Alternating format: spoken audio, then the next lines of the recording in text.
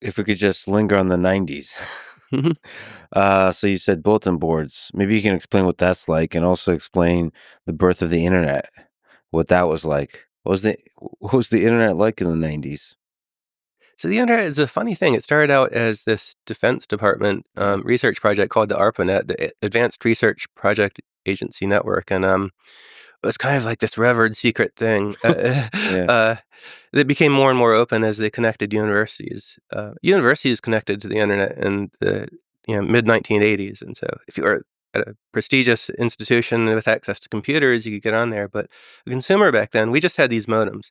This thing you plug into your phone line, and it dials up on a phone number, and then it sends wild sound effects over the over the telephone line to send digital signals back and forth. And these were really slow.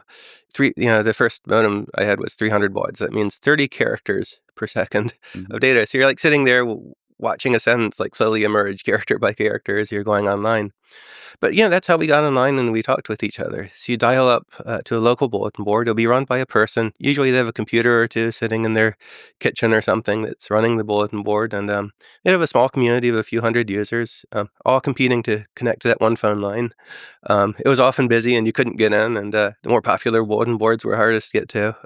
Nice. But you had all kinds of communities develop, and you could see like there was the programming communities where people talked about programming. There was the news and events, community. Lived in the outskirts of Washington D.C., so that was like a big thing. But then there was like the pirate community where they're sharing pirated Apple II games, and very different community ethos and mantras out there, but all really nice and also very small. These bulletin boards couldn't grow to the size of Facebook because your phone line couldn't take that many calls. Mhm.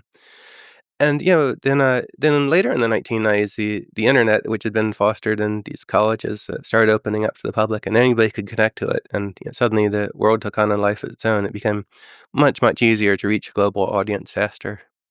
And you would start shipping games to the internet, which is a bit of a crazy thing to do because you're supposed to have like a physical copy, but to post on the internet is pretty innovative. Even shareware is pretty innovative.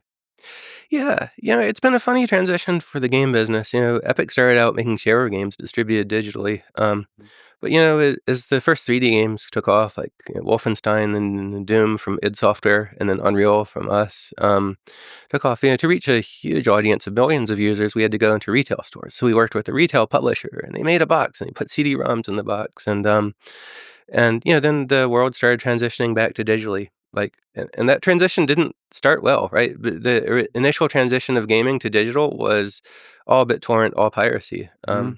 And there are horror stories about games that would sell like 100,000 copies but have 2 million users Mhm. because most people pirated it. And then Steam came along and introduced digital distribution and made digital distribution of legit games so convenient that most players moved away from piracy towards that, and their practices were then followed by others, and the early digital industry took form. Yeah, it's fascinating. I mean, pirates do lead the way for innovation. The same as the story of Spotify. I think most people, when they derive value from things like video games, want to pay for those video games. They just want it to be easy. And so the same thing with music with Spotify.